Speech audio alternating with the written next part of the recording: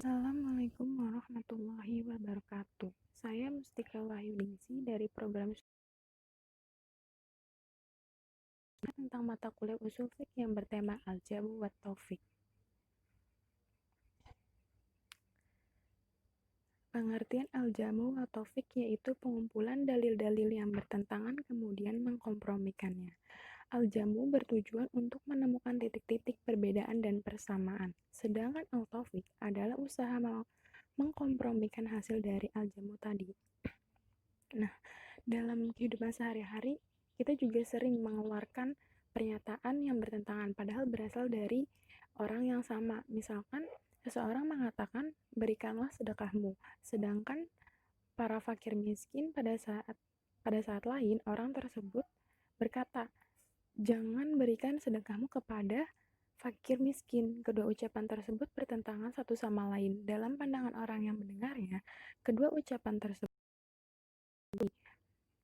mana yang dahulu dan kemudian. Namun, dengan menggunakan metode al-jamu wa taufik, kedua ucapan tersebut itu yang bertentangan dapat diselesaikan dengan mengkompromikannya.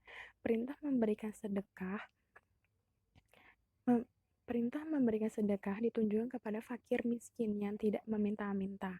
Sedangkan larangan memberi sedekah ditujukan untuk fakir miskin yang biasa meminta-minta. Lalu adapun metode ini didasarkan atas kaidah yang berbunyi ihmalu dalilaini aula min ihmali ahadihima bila kulayat, yang artinya mengamalkan kedua dalil lebih baik daripada meninggalkan atau mengabaikan dalil yang lain. Lalu contohnya adalah keharaman darah, seperti tertulis dalam firman Allah Quran Surat Al-Ma'idah ayat 3. Diharamkan bagi kamu memakan bangkai darah. Dalam ayat ini tidak ada pembedaan darah yang mengalir dan darah yang sudah beku seperti air. Dalam ayat 145 surat Al-An'am, Allah berfirman, kecuali kalau makanan itu bangkai atau darah yang mengalir. Nah, dalam ayat ini itu mengandung pengertian bahwa darah yang diharamkan itu adalah darah yang mengalir, termasuk darah yang dibekukan di luar tubuh. Dengan demikian, darah yang diharamkan secara mutlak itu Quran Surat Al-Ma'idah dibatasi dengan darah yang mengalir Quran Surat Al-An'am ayat 145. Lalu syarat-syaratnya. Para ulama ini menetapkan beberapa syarat yang harus dipenuhi, diantaranya adalah hadis-hadis yang bertentangan. Jadi hadis ini tuh yang bertentangan tersebut itu harus masuk ke dalam kategori hadis yang makbul. Lalu yang kedua itu penggabungan tersebut tidak berakibat pada batalnya pengamalan dalil syar'i maupun salah satu hadis yang bertentangan tersebut. Karena tujuan utama al-jamu ini adalah mengamalkan kedua hadis tersebut, bukan salah satunya. Lalu yang ketiga, penggabungan tersebut harus sesuai dengan kaidah bahasa Arab dari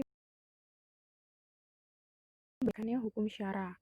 Lalu yang keempat ini, pertentangan hadis-hadis tersebut tidak bermakna saling bertolak belakang atau saling menafikan.